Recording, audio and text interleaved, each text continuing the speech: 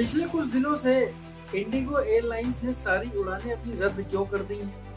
क्यों सैकड़ों की तादाद में उनकी फ्लाइट्स रद्द हो गई और हजारों लोग एयरपोर्ट पर फंस चुके हैं? दरअसल डीजीसीए ने कुछ नियम जारी करे हैं पायलट्स के रेस्ट करने के आवर्स को लेकर, क्रू और एयरपोर्ट के ड्यूटी आवर्स को लेकर और रात की लैंडिंग्स में कमी की जाए ताकि पैसेंजर की सेफ्टी को ध्यान में रखें।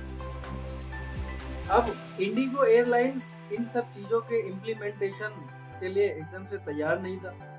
क्रू की पर्याप्त मात्रा में कमी थी और सही से शेड्यूल भी नहीं बन पाया था, जिसकी वजह से नतीजा ये निकला कि सारी मैक्सिमम उनकी उड़ानें रद्द होती चली गई और लोग एयरपोर्ट पर फंसते चले। यहाँ पे डीजीसीए को ये चाहिए था कि एटलीस्ट इंडिगो के साथ बैठ के इसका कोई हल निकाला जाता, क्योंकि आज वो ये कह रहा है कि मोनोपोली हो रही है, इंडिगो मोनोपोली कर रहा है। इंडिगो मोनोपोली कोई उसको खैरात में नहीं मिली, मैं यहाँ किसी का पक्ष नहीं ले रहा। इंडिगो अगर मोनोपोली कर रहा है तो इंडिगो वो एयरलाइन है जो अपने टाइम मैनेजमेंट और अपने सस्ते किराए की वजह से इंडिगो बना है। आज अगर देखा जाए तो 10 में से 7 लोग इंडिगो एयरलाइंस में चलते हैं और यहाँ अचानक से कोई भी इम्प्लीमेंटेशन पॉसिबल नहीं होता। अगर करना ही था तो आप एटलीस्ट उसका कुछ ऑप्शन तैयार रखें, क्योंकि अल्टीमेटली प्रॉब्लम्स में कौन फंसता है? जनता, जो आज परेशान हो रही है। अब आप उनको बोल देते हैं कि भाई